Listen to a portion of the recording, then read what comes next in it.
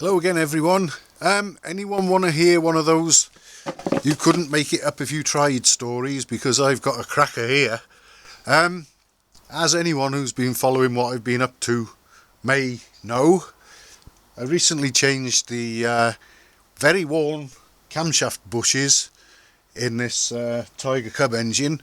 I also changed the camshaft for one that seemed to be in slightly better shape that I had, and a gearbox main shaft bush which I found to be broken in half.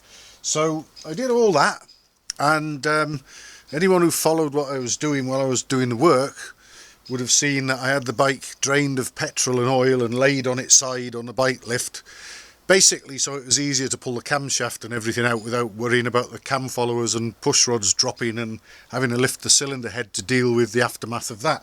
And it was nice and convenient to be looking down on the engine sideways to sort of do the work. All that went fine, and the reason I did the work, the engine had been running really nicely actually, but I had started to notice a little bit of snatching every now and again, especially under load, which felt like, if you imagine jabbing the rear brake occasionally, and I knew what it was.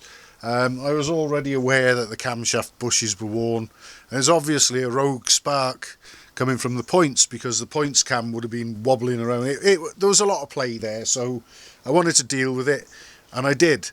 Like I say, it had been running okay, but it wasn't as good as it had been, and it wasn't going to get any better. And you can actually, it's a good way to see an engine off if you've got rogue sparks. So anyway, I dealt with all that, and I made a video afterwards of a ride on it where it went really well, but towards the end of the ride, when I gave it an even bigger handful, I think we were sort of knocking on the door of 65 to 70 miles an hour even, it started misfiring of its own accord basically.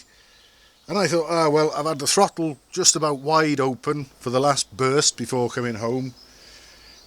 I wasn't too worried. I thought maybe it had sucked something into the carburettor or whatever, and because the bike had been laid on its side, that really made me doubly suspicious of perhaps a bit of dirt getting into the bottom of the carburettor and under the main jet. So I took the nut off the bottom of the carburettor, drained the petrol out the carb, caught it all in a nice clean container, and in the bottom of the nut below the main jet, sure enough, was quite a large speck of dirt.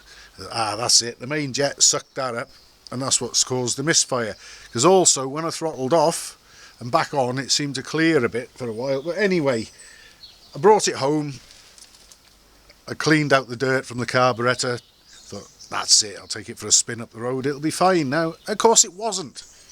So I started thinking, right, well, if it's not the carburettor, the best thing to do, I really thought it was that bit of dirt under the main jet.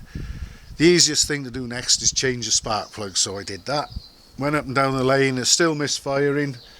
So I thought, right, okay, time to retrace my steps a bit now. What have I done here? So I knew that I had the inner and outer timing covers off, and I also changed the auto advance unit because the one that I took out of there needed some repair. Basically,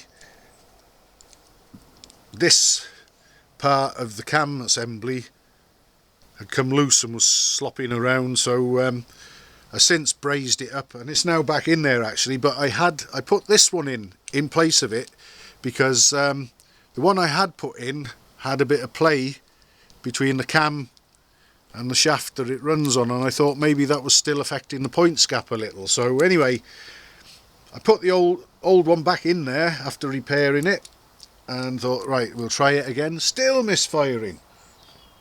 So I'm really starting to tear my hair out a little bit now, and I thought, well, the only other thing I've disturbed is I've had the timing covers off, and there's a wire that runs through the back of the inner timing cover and along to the points housing. And I thought perhaps that wire had got a bit brittle or something, and perhaps the insulation had cracked, and maybe there was a bare bit of the wire in there shorting out on something. So I did some tests with the electrical tester and all that checked out all right. So I thought, well, what can I do now? And in my sort of haste, and I was starting to get a little bit So, well, not confused, but anxious about what it could be, and I was clutching at straws. I decided that I would bypass a little secret stalk switch I've got on it for the ignition and go direct from the battery to the coil. Well, all that did was cause a massive short. But what I'd done, silly boy, without thinking, I'd just gone to the wrong terminal on the coil. Backtracked from that, put the terminal on the correct, the wire on the correct terminal of the coil, started it up, and the misfire was gone. This was the culprit. Now, this is some random unknown switch that I fitted on this bike just as a sort of secret ignition switch, which has worked pretty well for me. But would you believe that since or during having the bike laid on the bike lift to work on the timing side of the engine, with the switch untouched and it was working before, it had developed a fault and then packed in completely. And the misfire was this switch starting to fail. And the only thing I can think is that when I had the throttle nearly wide open, the frequency or whatever of the vibes on the bike must have been upsetting the dying ignition switch or stalk switch and aggravating it and causing the misfire. After a couple more tries here while I was trying to work on the points and the timing and the advanced retard unit and everything, the ignition had gone completely dead. And that's when I decided to bypass and go straight from the battery to the coil, and everything worked. And that confirmed that this switch had packed in. But as for the you couldn't make it up bit, like I say, the switch had been working fine. The engine had still been running fine, even though the camshaft bushes had horrendous play in them and was affecting the points gap terribly. The thing was still starting first or second kick, running nicely, but I was aware that something needed to be done. And in the process of doing it, this sneaky little so-and-so here decided it would join in as well and just throw a spanner right into the works, which just threw me right off the scent basically, and I nearly took everything apart again, and I was thinking of having to replace the wire in the timing case.